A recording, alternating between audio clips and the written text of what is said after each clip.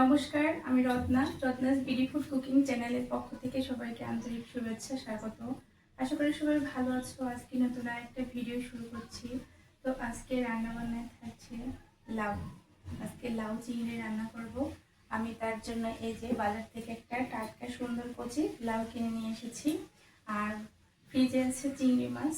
আজকে চিংড়ি মাছ দিয়ে লাউ চিংড়ি করছি। তো যাই হোক বন্ধুরা, যারা আমার নতুন ভিউয়ার্স আছে তারা অবশ্যই চ্যানেলটি সাবস্ক্রাইব করে সাথে থাকবে, পাশে থাকবে। যারা চ্যানেলটি সাবস্ক্রাইব করেছো তাদেরকে অসংখ্য অসংখ্য ধন্যবাদ। আর ভিডিওটি প্রথম থেকে শেষ পর্যন্ত দেখার অনুরোধ রইল। তো চলো এবার এটা কেটে কুটে রান্না শুরু করে। প্রথমে লাউটা সুন্দর করে ছুলে নিচ্ছি। লাউটা একদম কচিয়ে, যে হাত দিলে একদম আঙুল নখ ডিবে যাচ্ছে। যে এই লাউটা রান্না করলে না খেতে দারুণ লাগবে। কচি লাউ চিংড়ি মাছ দিয়ে রান্না। আর বাজার থেকে স্কুল থেকে আসার পথে ধনেপাতা নিয়ে এসেছি। তো প্রথমে লাউটাকে ছুলে নিচ্ছি বন্ধুরা। এই ছোলাটা কিন্তু ফেলবো না, এই ছোলাটাও ভাজি করে খেয়ে নেব। আর এই লাউয়ের ছোলা ভাজা খেতে কিন্তু বেশ ভালো লাগে।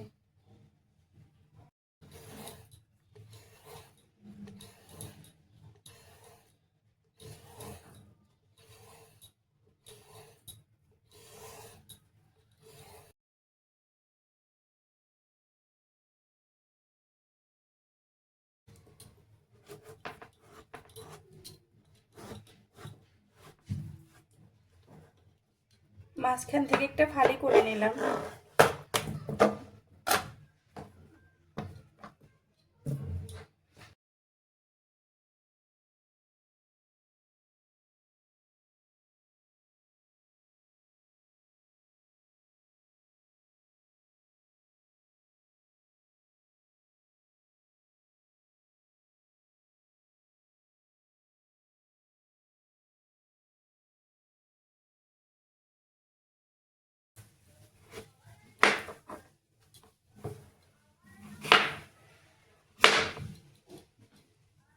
এখানে নিয়ে নিয়েছি চিংড়ি মাছ। এই যে এখন চিংড়ি মাছগুলো আমি বেছে নিচ্ছি। প্রথমে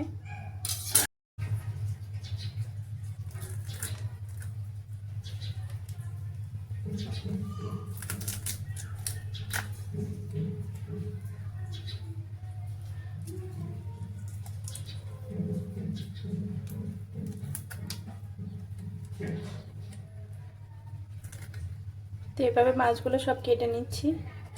আর এখান থেকে ময়লাটা বের করে নেব পরে।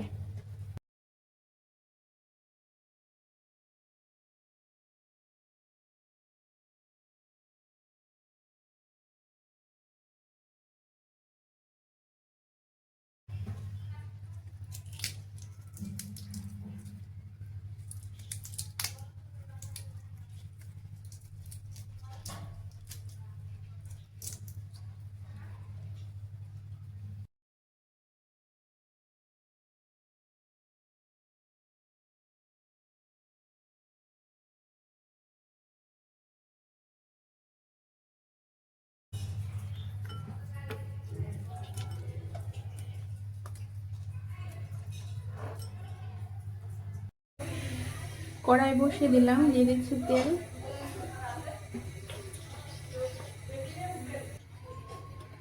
চিংড়ি মাছগুলো একটু লবণ হলুদ দিয়ে মেখে নিচ্ছি।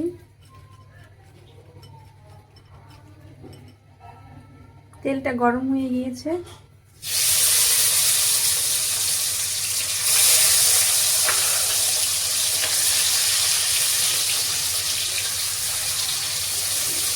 চিংড়ি মাছগুলো ভেজে নিচ্ছি একটু হালকা করে।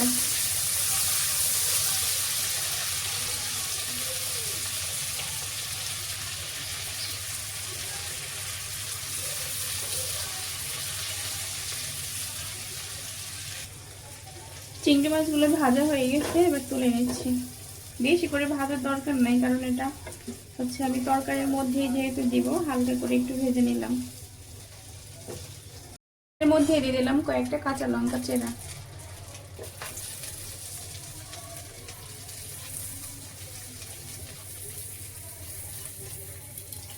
একটু ভাজা ভাজা করে এবার এর মধ্যে দিয়ে দিচ্ছি কেটে রাখা লাউগুলো।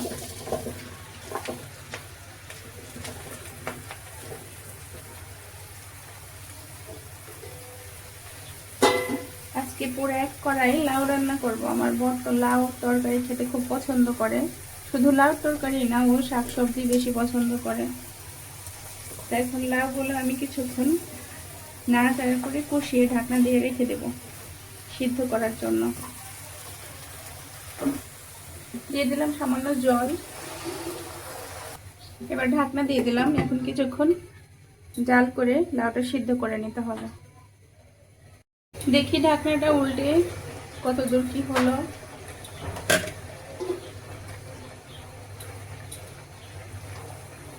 এক কড়াই লাউয়ের তরকারি।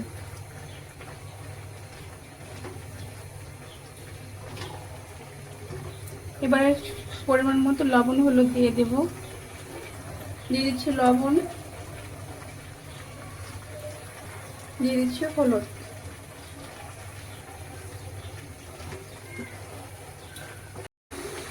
লাউ অনেকটা জাল হয়েছে, এবার চিংড়ি মাছগুলো দিয়ে দিচ্ছি।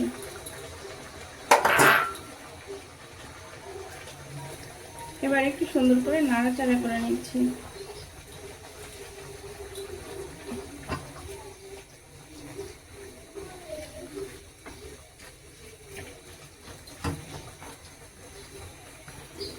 লাউর জাল হয়ে গেছে, এবার আমি এটা ফোড়ন করে নিচ্ছি।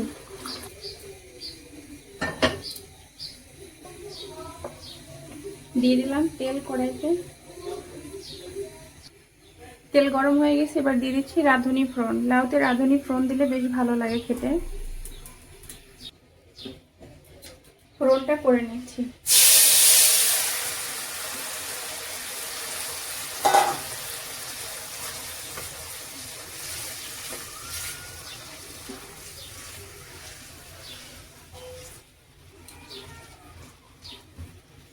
লাউতে কিন্তু অতিরিক্ত ঝোল রাখবো না, একদম মাখা মাখা করেই রান্না করা হবে। তো সেক্ষেত্রে আমি ঝোলটা একদম ঠিকঠাক মতোই রেখেছি। লাউ রান্না শেষ, এবার একটু সামান্য চিনি দিয়ে দিলাম আর একটু ধনেপাতা দিয়ে দিলাম। এই ধনেপাতাটা কিন্তু লাউর তরকারিতে বেশ মজার একটা স্বাদ মানে স্বাদ আসে দিলে। আর আমার তো খুব পছন্দের লাউর তরকারিতে ধনেপাতা দিয়ে রান্না করলে। তো রান্নাটা কিন্তু আমার শেষ, এবার তুলে নেওয়ার পালা।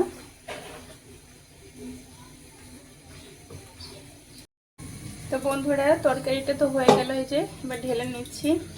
আর আজকে এরকম লাউ চিংড়ি রান্নাটা তোমাদের কেমন লাগলো অবশ্যই কিন্তু কমেন্ট করে জানিও। যদি ভিডিওটা ভালো লাগে অবশ্যই একটা লাইক কমেন্ট করো।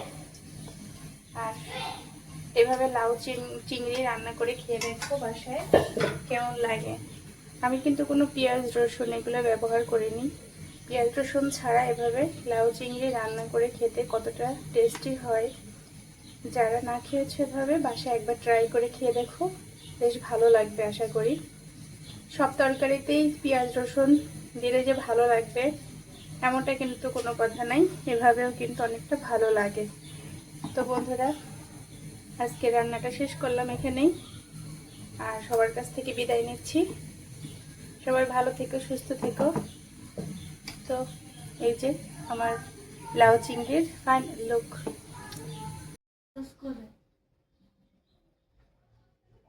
কালকে থেকে শুরু